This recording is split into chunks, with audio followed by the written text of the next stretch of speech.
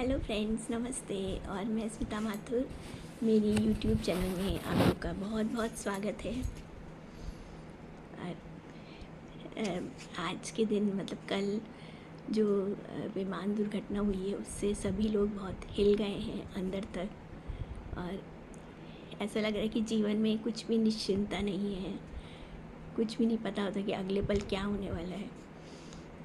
बस इस ऐसे में ये है कि हमें सिर्फ उस परमपिता परमेश्वर पर, ईश्वर पे ही भरोसा रखना चाहिए कि जिसकी जब तक सांसें हैं तब तक वो सांस लेगा और तब तक वो रहेगा। और जिस पल जिसको जैसे जाना है वो पहले से ही प्रारब्ध होता है और वैसे ही वो जाता है। फिर भी जो हमारे बहादुर पायलट्स हैं उनका मैं बहुत सम्मान करती हूँ, जो इतनी ज़िम्मेदारी लेके और इतनी लंबी लंबी फ़्लाइट्स लेके जाते हैं और जिनको कितना अधिक इतने सारे जो पैसेंजर्स होते हैं उनका ध्यान रखना होता है कि वो लोग सब सुरक्षित रहें। कई कई फ़्लाइट्स तो 9-9 घंटे 10-10 घंटे समुद्र के ऊपर से उड़ती हैं और हम एकदम रिलैक्स होके उसमें बैठे रहते हैं, एंजॉय करते हैं कि हम जिनके हाथों में हैं हम बहुत सेफ़ हैं। तो अपना ये विश्वास बनाए रखिए, क्योंकि हादसे तो होते हैं और वो हमें कुछ सिखाने के लिए ही होते हैं, कुछ और प्रिकॉशंस लेने के लिए होते हैं जो सभी पूरे तंत्र के द्वारा लिया जाता है। तो सभी फिर भी उन सभी आत्माओं की शांति के लिए प्रार्थना करते हैं जिन्होंने इस दारुण हादसे का शिकार हुए, और उनके पेरेंट्स को, उनके बच्चों को, जो भी रिलेटिव्स जो भी उनके साथ जुड़े हुए हैं, उनके परिवार, उनके भी तन मन को शांति मिले और इस दुख को सहन करने की शक्ति मिले। बस यही हमारी प्रार्थना है।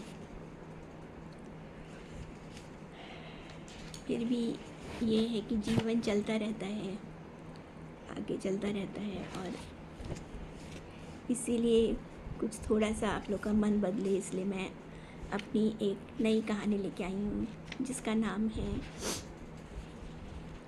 सुबह का सूरज। और ये कहानी, जीवन में अगर निराशा है तो आशा भी होती है।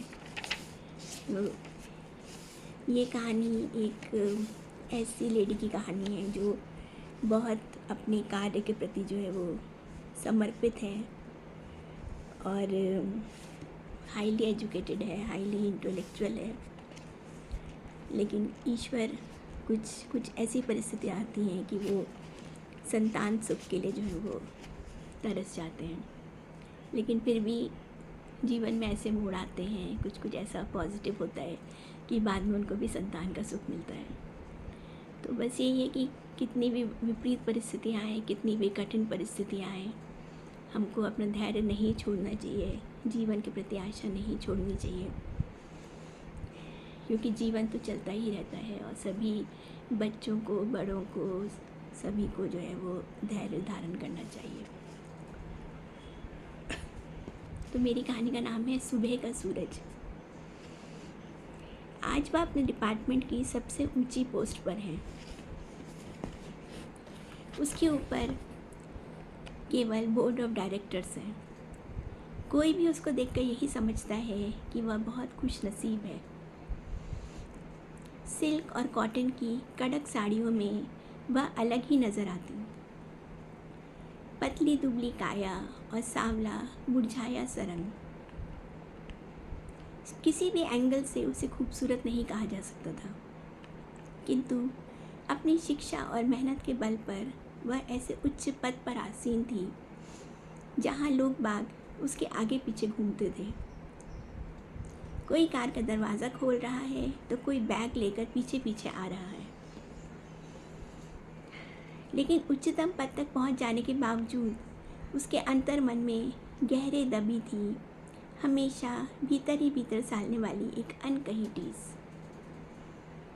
प्रकृति के अनमोल उपहार से वंचित ही रह जाने की पीड़ा, एक दबा छिपा दर्द कि वह कभी माँ नहीं बन सकी थी।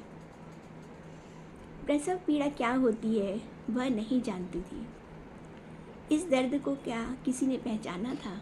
ऊपर से देख के तो नहीं समझ में आता, ऐसे लगता है कि बहुत ही खुशनसीब हैं, इतनी हाई रैंक पे हैं, इतनी पावर है। कहते हैं उसके राज में देर है अंधेर नहीं, लेकिन प्रकृति ने उसे ऐसा क्या दिया कि वह अपना दर्द भूल गई।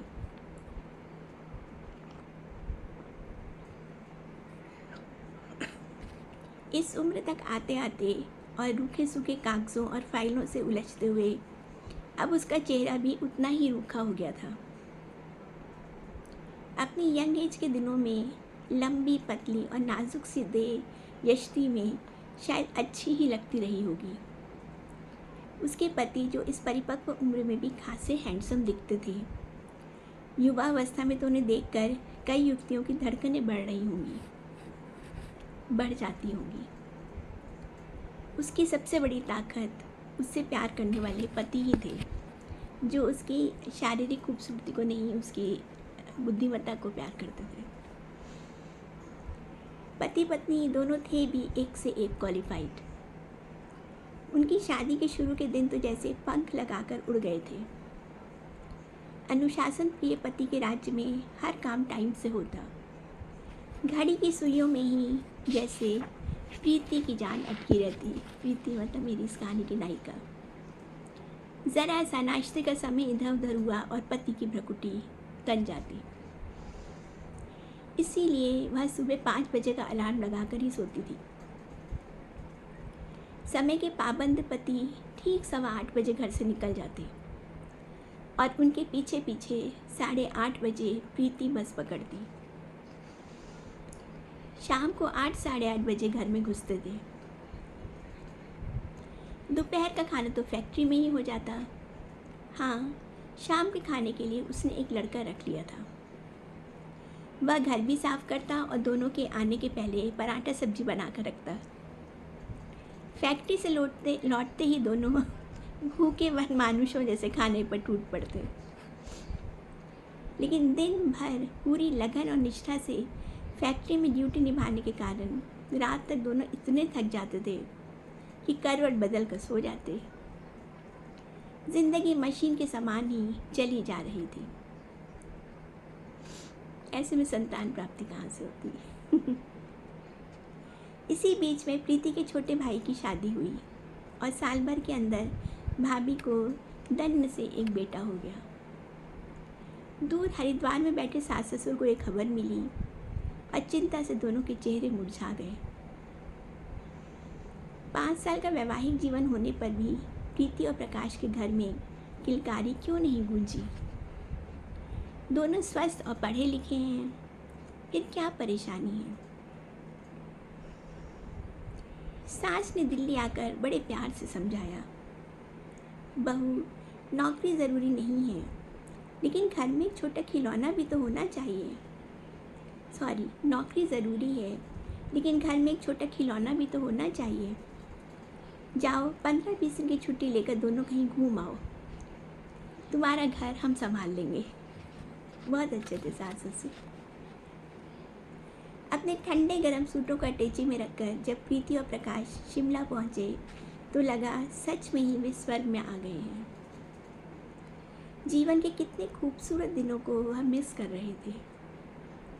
रात में जब प्रीति अपनी गुलाबी लेस लगी नाइटी में प्रकाश के नज़दीक आती तो दोनों भाव विभोर हो जाते। प्रकाश कस कर उसे बाहों में भींच लेता और प्रीति को ऐसा लगता कि काश ये पल बस अब यहीं थम कर रह जाए। 5 साल बाद जैसे वह सच में हनीमून मना रहे थे। और वाकई जब वह शिमला से वापस लौटी, वह उसकी कोख में प्रकाश का बीज रोपित करके आई थी।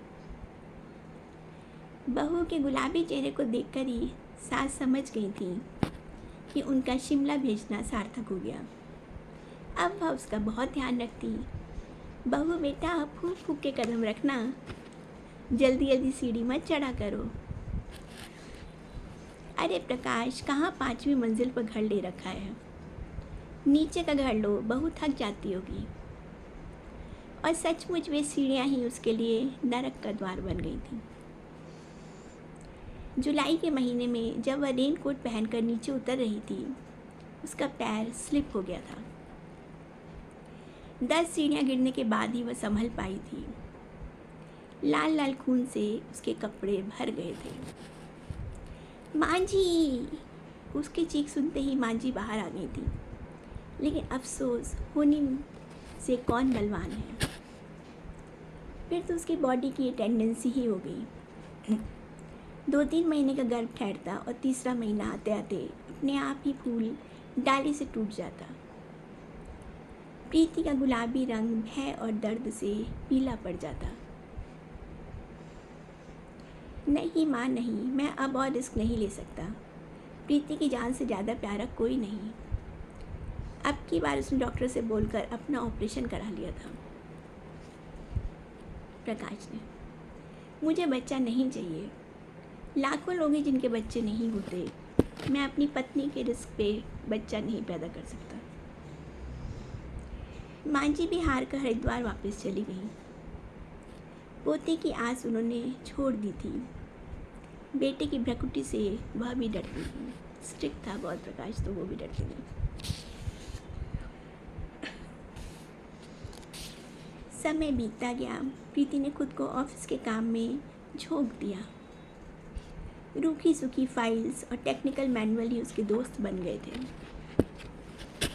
प्रकाश, मुझे एमटेक करना है। पत्नी कैसे भी खुश रहे, प्रकाश तैयार हो गया। वहीं दिल्ली आईआईटी में दोनों ने इकट्ठे एमटेक ज्वाइन कर लिया। 2 साल की स्टडी लीव ले ली गई। मोटी मोटी किताबें, प्रोजेक्ट और क्लासेस, इसमें ही प्रीति ने स्वयं को डुबो दिया। 2 साल की कड़ी मेहनत काम आई और उसे एमटेक में सर्वोच्च अंक प्राप्त हुए। टॉप किया उसने एमटेक। लेकिन अभी जीवन में कुछ और मोड़ आने बाकी थे, कुछ अलग, कुछ हटकर। प्रीति के जीवन में एक ऐसा पुष्प खिलना था जिससे उसके घर आंगन की बगिया महक उठे। एक दिन सुबह वह दोनों सोकर उठे, लेकिन आज सुबह का सूरज और दिनों की तरह नहीं उगा था, बल्कि ये रोशनी की एक नई सुबह थी। उनके जीवन के गुप्त अंधेरे को हमेशा के लिए दूर करने के लिए ही आई थी। खिड़की के बाहर गुलाब के फूल मुस्कुरा रहे थे और आसमान ने नीली नारंगी चादर ओढ़ रखी थी। तार वाला। पति पत्नी की आंखें इस आवाज़ से खुली थी। गेट से डाकिया पुकार रहा था। तार प्रकाश के एक दोस्त का था। कम सून, ब्रिंग अलॉन्ग भाभी जी ऑल्सो। प्रकाश को समझ में नहीं आया। फिर भी दोनों बिना समय गंवाए अगली ही फ्लाइट से बेंगलोर रवाना हो गए थे। वहाँ उनका मित्र उन्हें एक अस्पताल में ले गया। अस्पताल की नर्सरी में नीली मच्छरदानी से ढका एक भोला शिशु सो रहा था। गुलाबी हाथ पैरों में जैसे महावर लगी थी और गुलाबी होठ बीच बीच में दूध के लिए फड़फड़ कर रहे थे। बंद आंखों में लाखों सपने सजे थे। 2 महीने का वह शिशु गहरी नींद सो रहा था। प्रकाश, तुम्हें विकास की याद है? कॉलेज में हमसे 5 साल जूनियर था। हफ्ते भर पहले वीकेंड मनाने दोनों पति पत्नी मैसूर जा रहे थे। मैसूर रोड पर उनका मेजर एक्सीडेंट हुआ। ट्रक से हेड ऑन कोलिजन। पति पत्नी दोनों ऑन द स्पॉट ख़त्म हो गए। लेकिन ये मासूम उछलकर बाहर गिरा और घास के गड्ढों ने उसे थाम लिया। छोटा सा बेबी उछल गया उसमें से। मैंने तुम्हें इसीलिए भाभी जी सहित बुला लिया था। आगे जैसा आप दोनों डिसाइड करें, मैंने तो बस पता नहीं किस जन्म की डोर बंधी थी उस नन्ही सी जान से। प्रीति ने उसे अपने प्यासे आंचल में समेट लिया था। वह माँ बन गई थी। भावत रेख में उसकी आंखों से अविरल आंसू बह निकले थे। प्रीति और प्रकाश ज़रूरी औपचारिकताएं पूरी करते हुए उस अबोध को अपने संरक्षण से में लेकर उसके दैवी माता पिता बन गए। उसके अपने मम्मी पापा तो नहीं थे, लौकिक माता पिता जिन्होंने उसको जन्म दिया था, लेकिन ये दोनों उसके दैवी माता पिता बन गए। दिन रात अपने सूरज के साथ जागते, सोते, खेलते उनके दिन खुशियों से भर गए। सूरज बेहद प्रतिभाशाली निकला। हर साल वह क्लास में अव्वल आता। पहली बार में उसका आईआईटी में सिलेक्शन हो गया था। आज वह अपनी डिग्री पूरी करके घर आने वाला था। सुंदर, सुशील और प्रतिभाशाली सूरज। हे ईश्वर, तुम्हारी लीला न्यारी है। कितना प्यारा एंड है ना इस स्टोरी का। उनको एक छोटा प्यारा सा बेबी मिल जाता है जिसको वो अडॉप्ट कर लेते हैं। और ये दोनों तो देखने में, मतलब स्पेशली प्रीति तो बहुत साधारण थी देखने में, लेकिन वो बच्चा इतना खूबसूरत था, इतना गोरा सुंदर बच्चा। और फिर पूरा जीवन प्रीति का उसी के साथ निकला, उसी को पालते हुए ऑफिस से आके उसके पीछे पीछे दौड़ती, खेलती, अपनी पूरी मेहनत करती उसके साथ पढ़ाई में।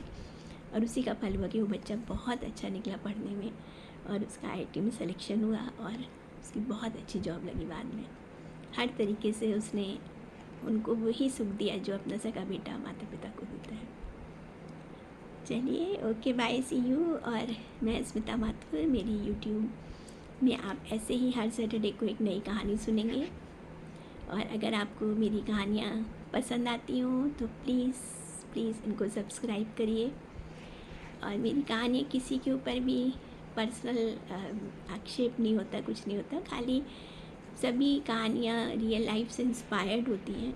बस उनके नाम, स्थान सब बदल देते हैं, आइडेंटिटी जिससे डिस्क्लोज ना हो, क्योंकि हम अपने आसपास से ही तो कहानियाँ चुनेंगे और कहाँ से मिलेंगी हमें। ठीक है, okay, bye, see you, all the best. और आपके कमेंट्स का और आपके सजेशन का मुझे इंतज़ार रहेगा। और जैसे आप हमेशा भेजते हैं, प्लीज़ अपने कमेंट ज़रूर भेजिएगा। Okay, bye, see you, all the best.